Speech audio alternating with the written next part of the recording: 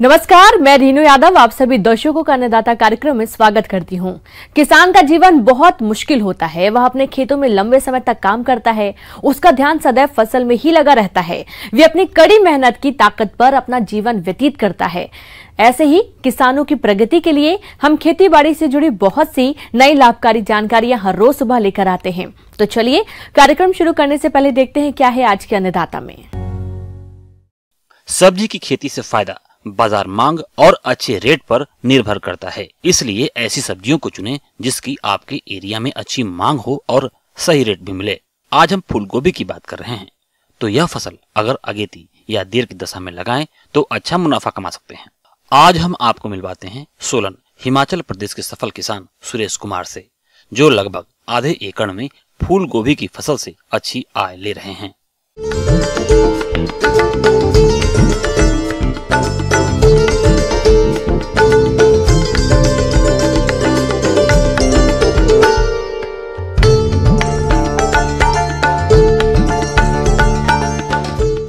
ऐसा युवा जो पिछले कई सालों से सऊदी अरब में किसी कंपनी में इलेक्ट्रीशियन की नौकरी किया करता था और कोरोना से पहले जब वो अपने घर कुछ समय के लिए छुट्टियां बिताने आया तो यहाँ लॉकडाउन के चलते वापस विदेश नहीं जा सका और अपने देश में भी लॉकडाउन के कारण कुछ काम नहीं मिला। ऐसे में इन्होंने निर्णय लिया कि अब वो इलेक्ट्रीशियन का काम नहीं करेंगे और न ही नौकरी के लिए विदेश वापस जाएंगे और अब खेती करने का निर्णय लिया। मैं इससे पहले जॉब किया करता था सऊदी अरब में, KSA में, वहाँ पे जॉब किया करता था। इलेक्ट्रीशियन का जॉब करता था मैं वहाँ पे। और वहाँ से जब मैं लॉकडाउन से पहले आया उस टाइम यहाँ पे फिर जैसे आया तो उस टाइम लॉकडाउन लग गया। फिर मैं इलेक्ट्रीशियन का काम करता हूँ, वो काम भी कम हो गया, वो काम मिलना बंद हो गया। फिर मैंने उसके बाद निर्णय लिया कि क्यों ना एक किसान का काम किया जाए, खेती बाड़ी किया जाए। फिर मैंने किया, फर्स्ट टाइम किया ये काम। उसके बाद फिर खेती बाड़ी करना मैंने शुरू किया। खेती बाड़ी में मैंने पहला सीज़न ये लगाया और मेरे पास कम से कम 25 बीघा ज़मीन है इस टाइम और ये मेरी पहली खेती है। ये गोभी लगाई है मैंने, ये 5000 बूटा है इस टाइम लगा हुआ है। इनकी फूल गोभी की फसल काफी अच्छी है और अब इनसे तुड़ान लेना शुरू कर दिया है। ये जो बीज मैंने इसमें यूज़ किया है ये श्वेता नाम है इसका। अभी इसका साइज़ है 2 से 2.5 किलो का एक फूल है। ये हमने गोभी नवंबर के महीने में लगाई है। अभी तक जो मैंने तुड़ान किया है इसका 3 तुड़ान किए हैं। 3 तुड़ान में कम से कम मैंने 500 किलो इसमें हमने निकाल दिया है। इसका रेट 25 से 30 रुपये मेरे को मिला है। अभी तक इनको 5 क्विंटल उपज मिला है और जैसा कि ये बता रहे हैं कि एक गोभी का वजन 2 से 2.5 किलोग्राम तक है। इस हिसाब से इन्हें और 80 से 90 क्विंटल तक उपज मिल सकता है, जिससे लाखों का मुनाफा होने की संभावना है। अगर इसमें लागत की बात करें तो लागत मैंने लगाया है इसमें 3 से 3,500 रुपये मेरा इसमें दवाई में, खाद में, ये मेरा इसमें खर्चा हुआ है। 20,000 रुपये, 18 से 20,000 रुपये ट्रांसपोर्ट वालों का होता है। आधे एकड़ में इनकी कुल लागत 25,000 रुपए तक आती है।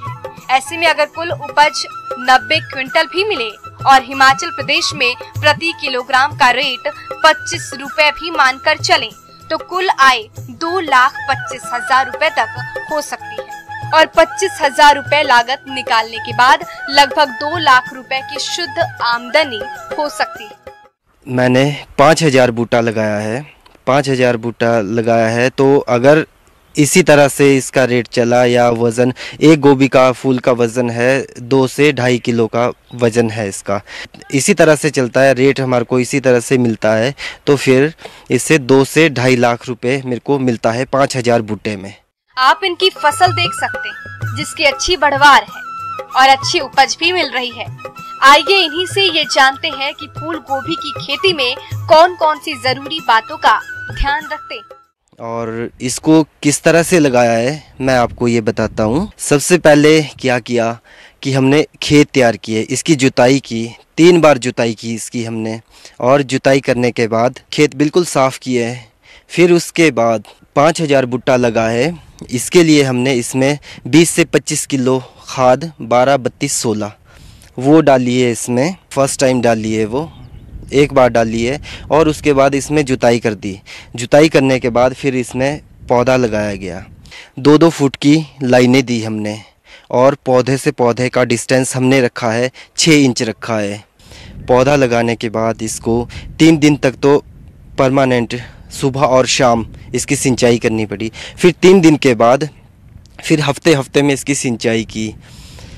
सिंचाई करने के बाद फिर इसको 15 से 20 दिन बाद इसकी हमने गुडाई की, छपाई बोलते हैं वो की। इसमें खाद डाली है यूरिया खाद डालने के बाद इसकी छपाई की हमने। छपाई करने के बाद इसको 1 हफ्ते का गैप दिया हमने, ताकि ये खाद अपना काम कर जाए। और फिर उसके बाद 1 हफ्ते के बाद हमने इसकी सिंचाई की है। सिंचाई के लिए मेरे पास यहाँ पे नदी है नीचे, और नदी से जो हम पानी लिफ्ट करते हैं, लिफ्ट करने के बाद पानी फिर सिंचाई करते हैं इसमें। और लास्ट में जाके जब इसमें फूल पड़ता है तो उस टाइम हम 19-19 एक खाद होती है वो डालते हैं इसमें। इससे गोभी के फूल का साइज बढ़ जाता है इसमें। इस फसल को कीट और रोगों से भी नुकसान होता है। कीटों के नियंत्रण के लिए ये नीम तेल का छिड़काव करते हैं। अन्य किसी कीटनाशक की जरूरत नहीं पड़ती। इसमें हम दवाई यूज़ की है मैंने, वो है रेडोमिल और कैनन, साथ में डाइथिन और बेविस्टिन। उसको हम साथ में मिला के यूज़ करते हैं, और 15-15 दिन के अंतराल में हम इसका यूज़ करते हैं। और फिर इसको जानवर से बचाने के लिए ये भी हमने साइड में जालियां लगाई है इसमें, जिससे जानवर रुक जाए। और हमने इसमें जानवरों से बचाने के लिए एक लाइट का उपयोग भी किया है, लाइट भी लगाई है। यहाँ पे जानवर बहुत आते हैं, इसलिए ये वाली लाइट लगाने के बाद जानवर नहीं आता है रात को हम इस लाइट को ऑन रखते हैं, और सुबह हम इस लाइट को बंद कर देते हैं, ताकि यहाँ पे कोई जानवर ना आए। तो देखा किसान भाइयों, इस छोटे से एरिया से ये किसान गोभी की इतनी अच्छी पैदावार ले रहे हैं, जो कि इनकी लगन और मेहनत के बदौलत है। आप में भी कुछ ऐसा करने की लगन है तो खेती से अधिक मुनाफा जरूर ले सकते हैं। राज्य में जौ और गेहूं की फसल इस साल काफी अच्छी है और काफी अच्छा उत्पादन होने की संभावना है। लेकिन इस साल सर्दी जा सी चुकी है और गर्मी अपने तेवर दिखाने लगी है। ऐसे में किसानों को फसलों से अच्छी उत्पादन की आशा निराशा में बदल सकती है। तो किसान भाइयों, आप जौ और गेहूं की फसल से अधिक उपज लेने के लिए क्या करें, आइए जानते हैं कृषि विज्ञान केंद्र टांकरड़ा के सस्य वैज्ञानिक डॉक्टर VL यादव से। कि अभी जो खेतों में फसलें खड़ी है, करीब सारी सस्य किराई हो चुकी है फसलों में। अभी बिल्कुल जैसे अपन गेहूं की और जौ की बात करें तो इनमें बालियां आ गई, दाना भराव की स्थिति में है। फसलें बहुत अच्छी है, लेकिन अभी जैसे टेम्परेचर बढ़ गया और सर्दी थोड़ी कम हो गई है, तो अभी इस टाइम में फसलों में जल मांग की ज्यादा महसूस हो रही है फसलों को। अपने राज्य में यदि जौ और गेहूं की बात करें तो तापमान बढ़ने के कारण उत्पादन गिर सकता है। तो फसलों के उत्पादन पर इस तापमान का अधिक प्रभाव नहीं पड़े, इसके लिए आपको इन फसलों में कम अंतराल पर सिंचाई करनी होगी, तभी आप इन फसलों से आशातीत उत्पादन ले सकते हैं। जौ की बात करें, करीब जौ की फसलें पकाई की तैयारी में हैं, लेकिन फिर भी कुछ एरिया में जैसे समय पे बुआई हुई है या थोड़ी देरी से बुआई हुई है, उन फसलों में अभी सिंचाई करना बहुत आवश्यक है। और इनकी जो अवस्थाएं हैं, क्रांतिक अवस्थाएं, इस पे सिंचाई करें तो इसमें उपज में बढ़ोतरी कर सकते हैं, गुणवत्ता में बढ़ोतरी हो सकती है, इनका जो चारा प्राप्त होता है उसमें बढ़ोतरी हो सकती है। और निश्चित रूप से जौ की फसल में करीब जैसे 1 या 2 पानी की और आवश्यकता है, तो इस टाइम में जौ की फसल के लिए बहुत ही आवश्यक है कि दाना बढ़ने की अवस्था में यदि पानी की कमी हो जाती है तो उस फसल में निश्चित रूप से उपज में 15 से 20% की कमी आती है। इसलिए ऐसा नहीं हो किसान भाइयों से इस टाइम में सिंचाई का विशेष ध्यान रखें। हो सकता है जैसे पानी की व्यवस्था कम है, लेकिन फिर भी जैसे लंबा ड्यूरेशन न चला के कम समय चलाए, तो वो जो नमी की जो कमी हो रही है फसलों को, क्योंकि टेम्परेचर बढ़ रहा है तो ऑपरेशन भी बहुत तेजी से हो रहा है, तो ऐसी कंडीशन में पूरा नमी रहे खेत के अंदर, पूरा पानी ले सके और बीज जो है जो बीज की साइज है वो पूरी बन सके और अधिक उत्पादन मिल सके। इसलिए जौ की फसल में सिंचाई करना नितांत आवश्यक है। गेहूं की फसल इस समय दूधिया अवस्था पर है। ऐसे में फसल में सिंचाई की कमी नहीं होनी चाहिए। यदि इस अवस्था में सिंचाई की कमी रह जाती है तो गेहूं की फसल से बहुत कम ही उत्पादन मिल पाएगा। तो गेहूं की फसल में सिंचाई का विशेष ध्यान अवश्य रखें।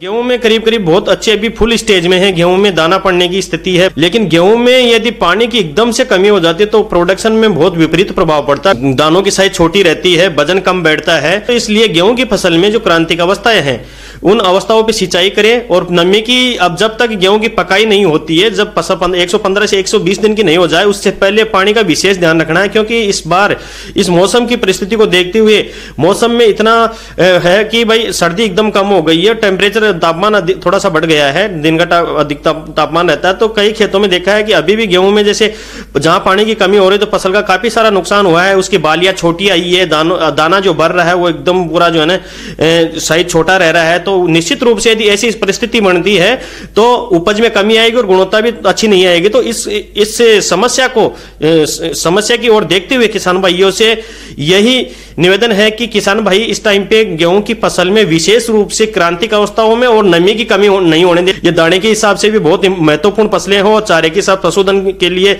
चारा जो उपयोग में लेते हैं, चारे के हिसाब से भी दोनों फसलें बहुत महत्वपूर्ण है। इसलिए किसान भाई विशेष रूप से जो दाना बढ़ने की अवस्था है, दाना पकने की अवस्था है, इन परिस्थितियों में सिंचाई में किसी प्रकार की लापरवाही नहीं बरती जाए। इस समय पे कैसे भी मैनेज करके भाई जैसे 6 घंटा फव्वारा चलाते हैं उसकी जगह 3 घंटा चला के उसको कम फ्रीक्वेंसी पे उसको रिपीट करें तो वो नमी की कमी नहीं होगी, जो इससे निश्चित रूप से उत्पादन बढ़ेगा और किसान भाइयों को अधिकतम लाभ मिलेगा, खेती से अधिकतम लाभ प्राप्त होगा। किसान भाइयों, जौ और गेहूं की फसल जब पक कर तैयार हो जाती है तो फसलों की कटाई कर लेनी चाहिए ताकि फसलों के दाने सूखकर झड़े नहीं और इस होने वाले नुकसान से आप बच सकें।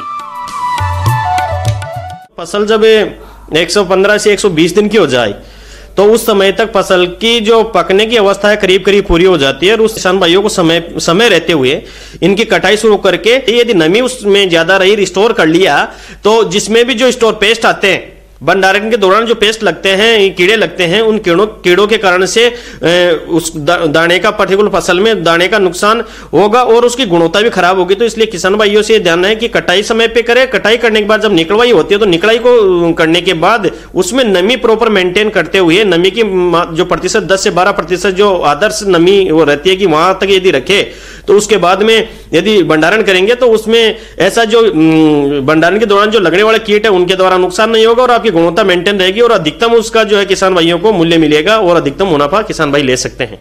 प्रदेश के बहुत से किसान भाई अपनी आमदनी बढ़ाने के लिए खेती के साथ साथ बागवानी करते हैं। इसी लाभ को देखते हुए जिन किसान भाइयों ने फलों के नए बाग लगाए हैं वे इस समय कौन कौन से कार्यों को करें जिससे पौधों की अच्छी बढ़वार हो, इस बारे में जानकारी के लिए मिलते हैं डॉक्टर राकेश कुमार यादव से।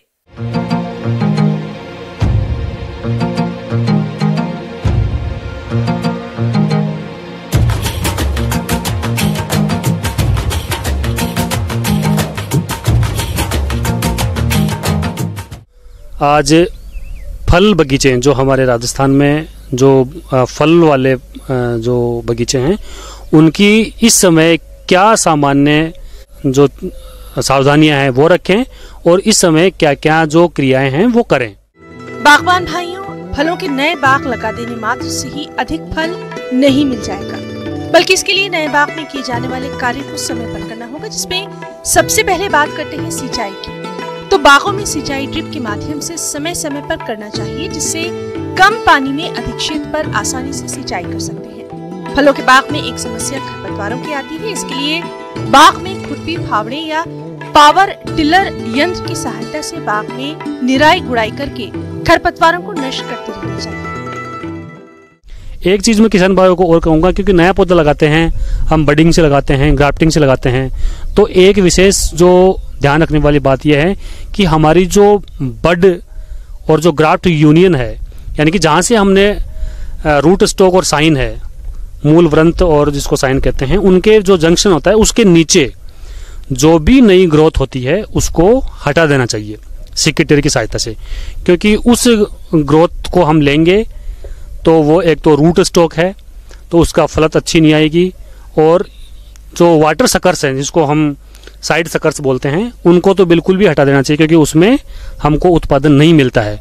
वो पौधे का जो पोषण है वो बेकार जाता है। इसलिए जो भी ग्राफ्ट यूनियन या बड यूनियन है उसके नीचे कोई भी ग्रोथ हो उसको हटा दें। ये भी एक विशेष प्रक्रिया है, उसको दोहराते रहें। इसके बाद में मैं कहूँगा कि ज़्यादातर तो बगीचे होते हैं उनमें ओपन सेंटर यदि सिस्टम रहता है तो वो ठीक रहता है। उसमें क्या करते हैं, ओपन सेंटर लीडर, ये 2-3 सिस्टम हम अडॉप्ट करते हैं। तो उसमें क्या करते हैं, लगभग पौधे को ज़मीन से 1 मीटर हाइट तक हम लगभग रखते हैं, उसके बाद में शाखाएं लेते हैं।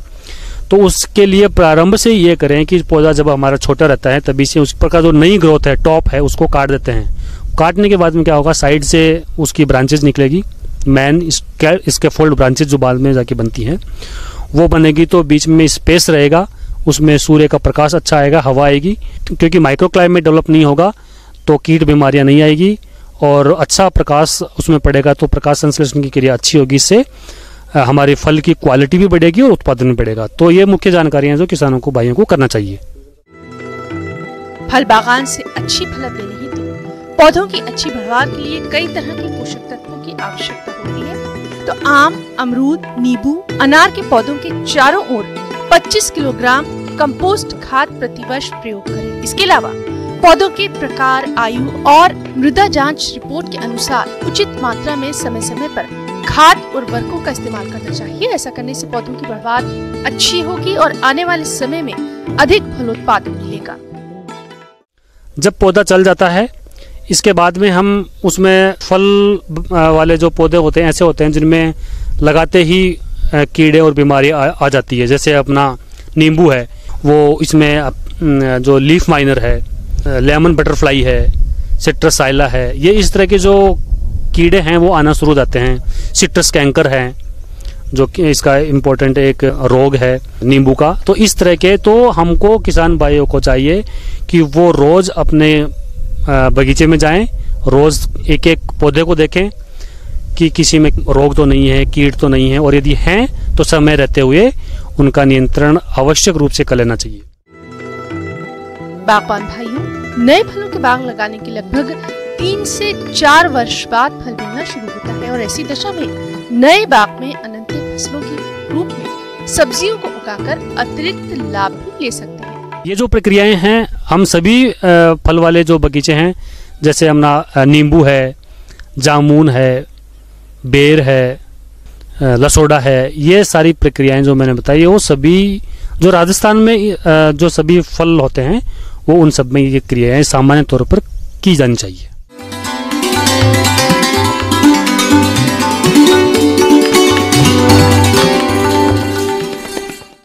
अन्नदाता हेल्पलाइन निःशुल्क फोन संपर्क सेवा के माध्यम से आपके द्वारा पूछे गए प्रश्नों में से 1 या 2 महत्वपूर्ण प्रश्नों को हम अपने कार्यक्रम में शामिल करते हैं और इसी के तहत आज का चयनित प्रश्न और उसका जवाब इस प्रकार है। आज की अन्नदाता हेल्पलाइन में हमने जिस प्रश्न को शामिल किया है उसे पूछा है सेवर जिला भरतपुर के मोहनलाल ने। आपकी मटर की फसल में छाछिया रोग का प्रकोप देखा जा रहा है, आप इसके नियंत्रण के लिए जानकारी चाहते हैं, तो इसके लिए देखिए कार्यक्रम का यह अंश। किसान बंधु, आज हम चना मटर में लगने वाले सबसे जो महत्वपूर्ण बीमारी है जिसे हम पाउडरी मिल्ड्यू या चूर्णी रासिता रोग या बुबुतिया रोग के नाम से जानते हैं, उसके बारे में आज हम चर्चा करेंगे। क्योंकि ऐसा देखा जाता है कि यदि रोग के लक्षण पौधों में दिखाई पड़ते हैं और उसी समय अगर इसकी उपचार ना की जाए, इस तरह से ये कह सकते हैं कि सही जानकारी यदि अभाव होता है तो निश्चित रूप से फसल का काफ़ी नुकसान होता है। कहने का अर्थ ये हुआ ये कि जड़ को छोड़ करके पौधे के सारे भाग पर इस रोग के लक्षण दिखाई पड़ते हैं।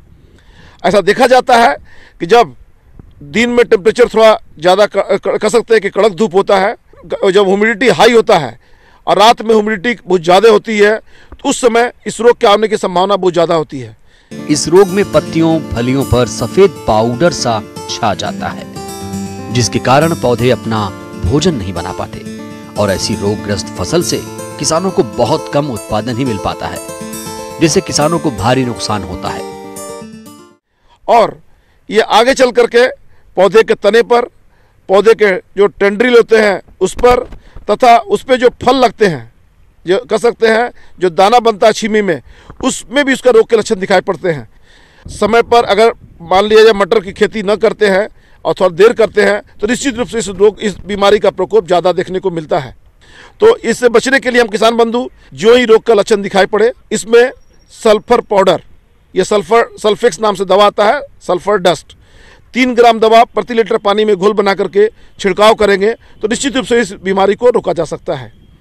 यही नहीं, एक कारगर दवाई है, उसको हम लोग केराथिन के नाम से जानते हैं।